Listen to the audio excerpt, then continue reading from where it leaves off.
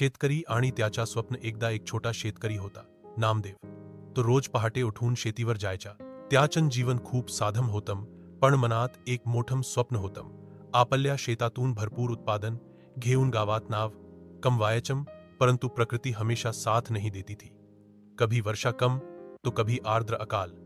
परंतु नामदेव हार मानने वाला नहीं था. उसने आधुनिक कृषि की शिक्षा ग्रहण की. जैविक खाद, बिंदु सिंचाई और फसल चक्रण का उपयोग करके उसने शेतीत बदल घडवून आणला. 2 वर्षांनी त्याच्या शेतात भरपूर उत्पन्न आलं. गावातल्या इतर शेतकऱ्यांनी त्याच्याकडून शिकायला सुरुवात केली.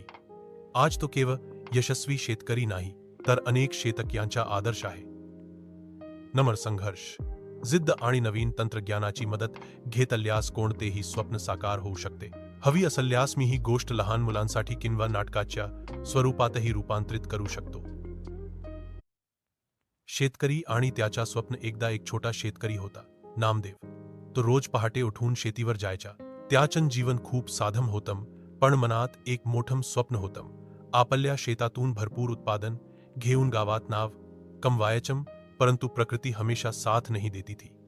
कभी वर्षा कम तो कभी आर्द्र अकाल. परंतु नामदेव हार मानने वाला नहीं था. उसने आधुनिक कृषि की शिक्षा ग्रहण की. जैविक खाद, बिंदु सिंचाई और फसल चक्रण का उपयोग करके उसने शेतीत बदल घडवून आणला.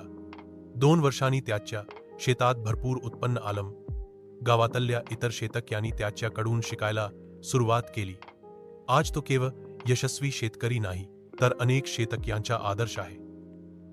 नम्र संघर्ष, जिद्द आणि नवीन तंत्रज्ञानाची मदत घेतल्यास कोणतेही स्वप्न साकार होऊ शकते. हवी असल्यास मी ही गोष्ट लहान मुलांसाठी किंवा नाटकाच्या स्वरूपातही रूपांतरित करू शकतो.